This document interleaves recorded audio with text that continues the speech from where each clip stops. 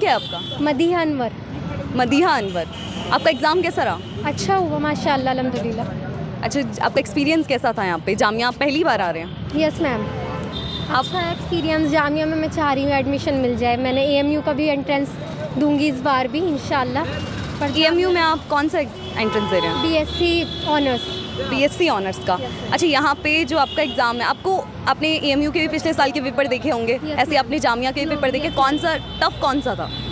Ma'am tough तो मुझे कुछ नहीं लगा, जो मैंने पढ़ा भी है, बुक्स ली थी रेफरेंस बुक उसके लिए भी, पर उससे भी इजी लगा मुझे। मैं ज़्यादा टेंशन ले रही थी कुछ के थोड़ा टफ होगा, बट ऐसा नहीं था।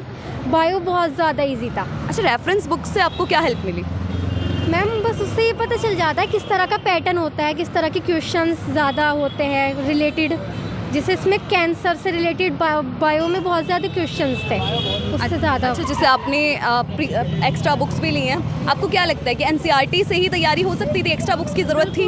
नो मैम, NCERT ही सबसे ज़्यादा इम्पॉर्टेंट है, ऐसा कुछ नहीं है। बट ये है कि थोड़ा नॉलेज मिल जाती है हम प्रीवियस ईयर पेपर देखकर और क्वेश्चन सॉल्व कर उसके, तो इसलिए मैंने रेफरेंस बुक ली थी। But NCERT is best. अच्छा, प्रीवियस ईयर्स क्वेश्चंस जो थे मैथ्स में, कुछ लोग कह रहे हैं कि पूरा सेम पैटर्न आया था, सेम था इसमें प्रीवियस ईयर मैम कुछ पेपर मतलब कुछ क्वेश्चंस थे उसमें से। अच्छा, मैथ्स की तैयारी किस तरह से करनी चाहिए? मैथ्स की तैयारी मैंने ज़्यादा नहीं थी, क्योंकि पहले ही से मुझे मैथ्स में इंटरेस्ट नहीं है, बायो में ही था। बट मुझे पता इसमें चला कि इसमें मैथ्स के क्वेश्चंस भी आएंगे, इसलिए मैंने मैथ्स के ज़्यादा अटैम्प्ट नहीं किए। जो मुझे मालूम थे कुछ ही वैसे किए, बाकी फिजिक्स केमिस्ट्री उन पर ज़्यादा फोकस किया। मैथ्स आपका कितने मार्क्स का आता है? मैथ्स 10 मार्क्स का था इसमें। 10 मार्क्स का मैथ्स है, तो इस हिसाब से जैसे कट ऑफ जाती है आपकी, तो मैथ्स का पोर्शन अगर जो लोग जिनको हार्ड लगता है वो छोड़ सकते हैं, तो उससे कोई प्रॉब्लम तो नहीं होगी ना? नो मैम, इससे कुछ प्रॉब्लम नहीं है। अच्छा, बायो में या कट ऑफ इसमें निगेटिव मार्किंग भी ज़्यादा नहीं है, 0.25 की है, तो हो सकता है इसमें अगर कुछ गलत भी चला जाए तो इससे कोई फ़र्क नहीं पड़ेगा। अच्छा, बायो में कौन से चैप्टर्स पे ज़्यादा फोकस करना चाहिए? ह्यूमन हेल्थ एंड डिसीज़ है चैप्टर, उससे रिलेटेड क्वेश्चन थे, क्योंकि उसमें काफ़ी लॉन्ग चैप्टर है वो, और उसी से रिलेटेड बहुत क्वेश्चंस हैं इसमें। फिजिक्स और केमिस्ट्री के कौन से चैप्टर्स जिन पे ज़्यादा फोकस करना चाहिए, इनका वेटेज थोड़ा सा ज़्यादा है? इसमें इलेक्ट्रोमैग्नेटिक वेव्स और इंडक्शन वगैरह, इससे रिलेटेड AC/DC जनरेटर, इसके क्वेश्चंस थे इसमें अच्छे।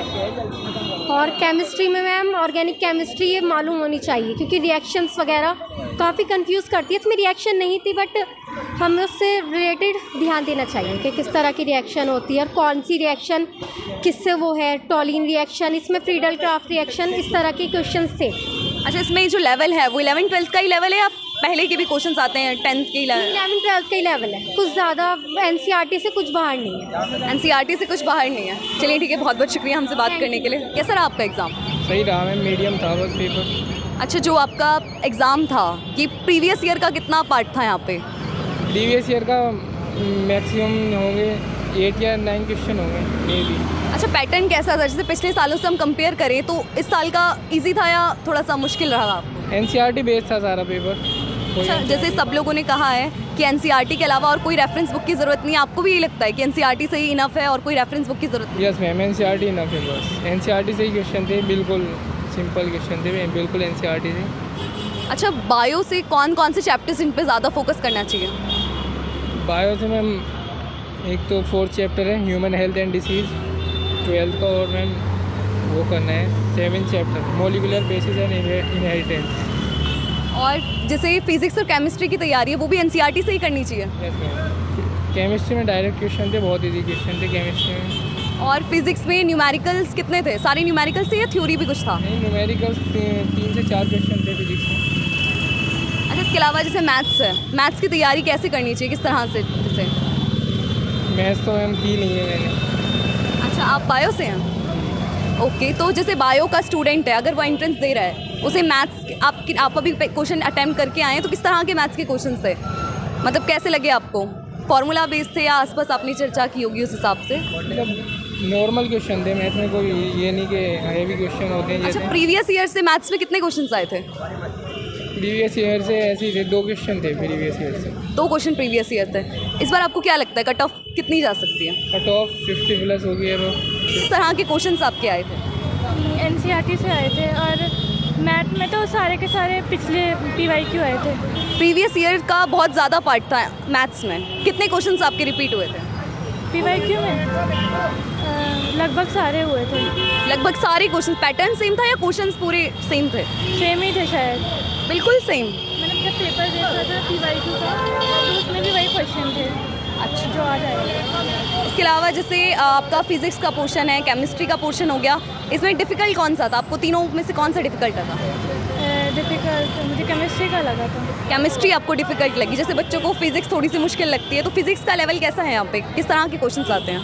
फिजिक्स तो मीडियम था।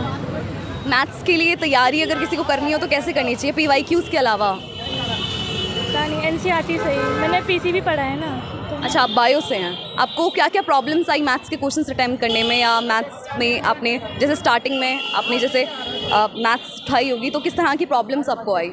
मैथ्स में तो वो मैट्रिक्स और डिटर्मिनेंट ये बहुत इजी था। मैट्रिक्स और डिटर्मिनर से क्वेश्चंस आए थे।